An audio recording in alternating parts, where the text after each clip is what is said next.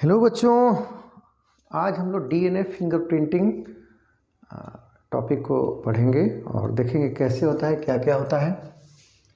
तो हेडिंग बना लेते हैं DNA finger printing. DNA finger printing ये आप सुने होंगे बहुत बार। कोई पुलिस केस होता है, मर्डर केस होता है, रेप केस होता है, उसमें इसका प्रयोग करते हैं। या कोर्ट केस होता है इलीगल, उसमें भी इसका प्रयोग होता है। तो वन बाय वन देखते हैं कैसे कैसे इसको करते हैं और क्या स्टेप्स होते हैं, और फिर कैसे इसका सैंपल लेते हैं, क्या सैंपल में लेते हैं। तो वन बाय वन देखते हैं। तो इसमें सबसे पहले देखते हैं कि इसको किसने डिस्कवर किया। इसमें आप देखेंगे कि लिख सकते हैं डिस्कवर्ड बाय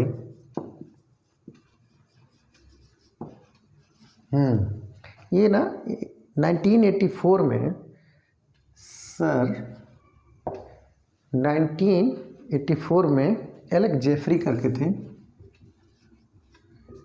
JEFFERY। उन्होंने इसकी खोज की। दिख रहा होगा 1984 में Alec Jeffrey.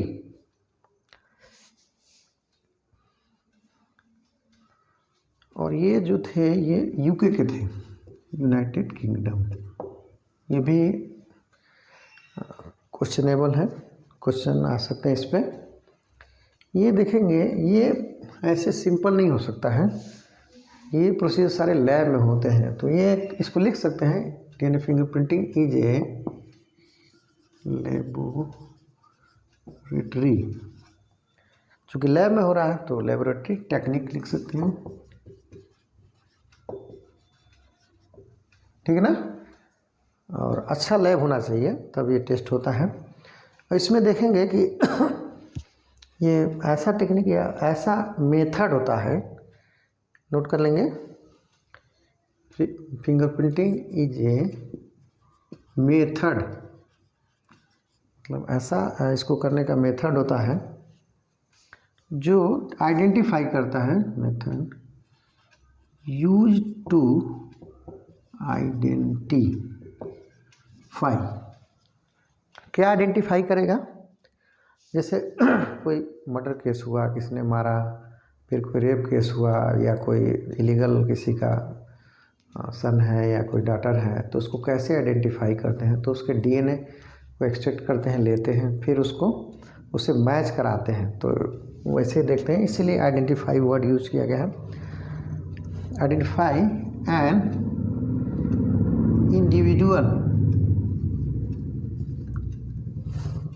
Individual from a sample of DNA. जो सैंपल रहता है उसी से, फ्रॉम ए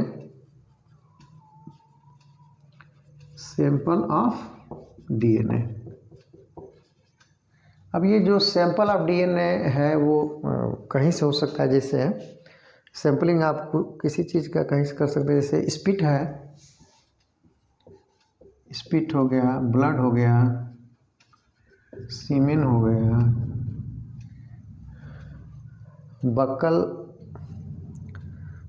स्वैब होता है, ये भी हो सकता है स्वैब। तो ये सब सैंपल में ले सकते हैं। आगे इसको और एक बार देख लेंगे। अब डीएनए हो गया बाय लुकिंग एट, नोट करते जाएंगे, by looking at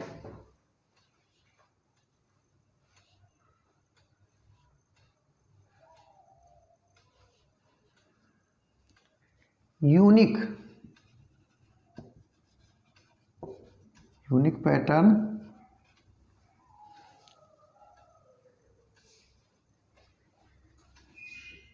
in their DNA. अब देखेंगे ये जो लुकिंग पैटर्न है, ये सैंपल लेते हैं, उसको रन कराते हैं और मैच कराते हैं। जब मैचिंग होती है तो इसका मतलब ये होता है कि वही है, ठीक है ना, उससे रिलेटेड डायरेक्टली वही है। इसलिए ये वर्ड आया है लुकिंग यूनिक पैटर्न। अब ये जो सैम्पलिंग है, जैसे मैंने इसको लिख दिया, तो आप कलेक्शन लिख सकते हैं, कैसे क्या क्या कलेक्शन में कर सकते हैं। तो ब्लड लिख सकते हैं, स्पीट लिख सकते हैं, buccal BUCC, buccal swab, buccal swab हो गया। और इसके साथ साथ आप सॉलिड टिश्यू लिख सकते हैं, सॉलिड टिश्यू एंड सीमेन लिख सकते हैं। अब देखेंगे ब्लड तो जानते ही हैं, ब्लड है, स्पीट जो थूक निकलता है वो, फिर बकल स्वैब ये चिक के बगल में, यहाँ से सेल थोड़ा थोड़ा ख़राब होकर कटता उठता है तो निकलता रहता है, तो बकल स्वैब हो जाता है। सॉलिड टिश्यूज शरीर का कोई है टुकड़ा है, पार्ट है। फिर सीमेन जो सीमेन रहता है ह्यूमन बीइंग का, जो इसको वेरी बोलते हैं, तो वो हो जाता है। तो इसको आप कलेक्शन में ले सकते हैं। अब देखते हैं इसके स्टेप्स क्या होते हैं।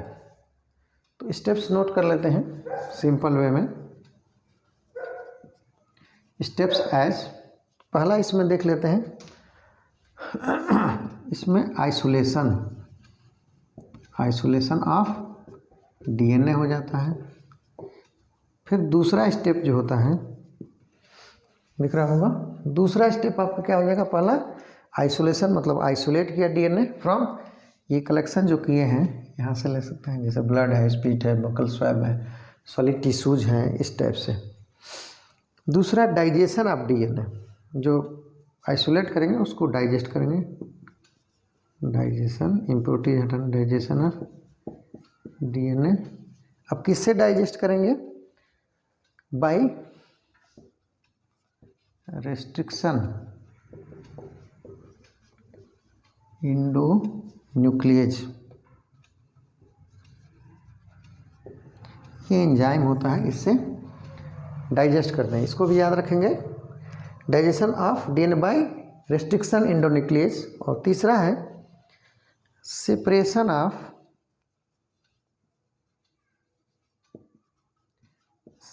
ऑफ क्या हो जाता है, DNA जो फ्रेगमेंट्स होते हैं उनको कर देते हैं DNA फ्रेगमेंट्स।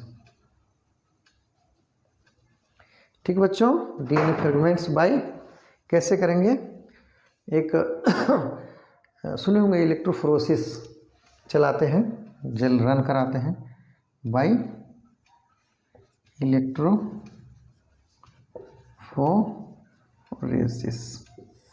ये जेल रन कराना बोलते हैं।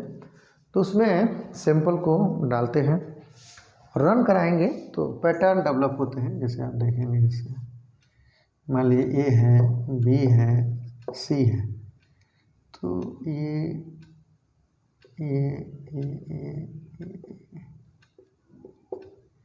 ये ऊपर नीचे ऐसे रैंडम है, तो देखेंगे C में सिमिलरिटी नहीं है, लेकिन A और B में सिमिलरिटी है, इसका मतलब ये मैच कर रहे हैं। तो इसी टाइप से इसका कॉन्सेप्ट यही है कि जेल रन करा के और जो सैंपल है जो आप स्पॉट से कलेक्ट किए रहते हैं, उस सैंपल में ब्लड हो सकता है, बकल स्वैब हो सकता है, कोई टिश्यू मतलब शरीर का कोई पार्ट हो सकता है, सीमेन हो सकता है, स्पीट हो सकता है, अक्सर रेप केस में सीमेन का देखते हैं, फिर ब्लड है।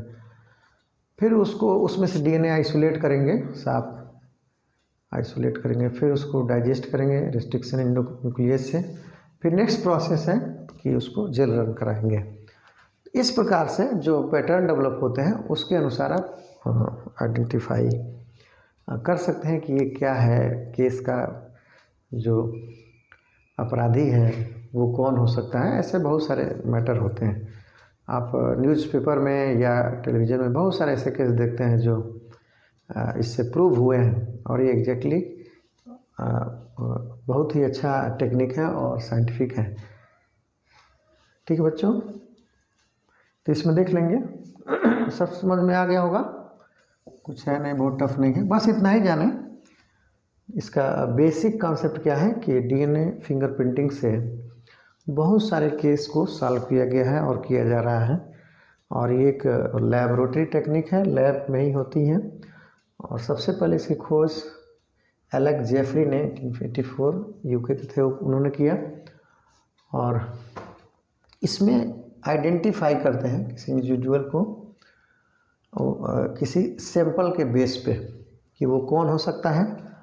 और ये ध्यान देंगे, ये तो सबको पता होगा, जनरल चीज़ है। और इस स्टेप से इसको आइसोलेट कर सकते हैं, डाइजेस्ट कर सकते हैं और सेपरेट करके उसको जेल रन करा के आइडेंटिफाई कर सकते हैं। ठीक है ना। तो ये सिंपल वे पे आप अच्छे से समझ गए होंगे। ओके बच्चों, इसको नोट कर लेंगे।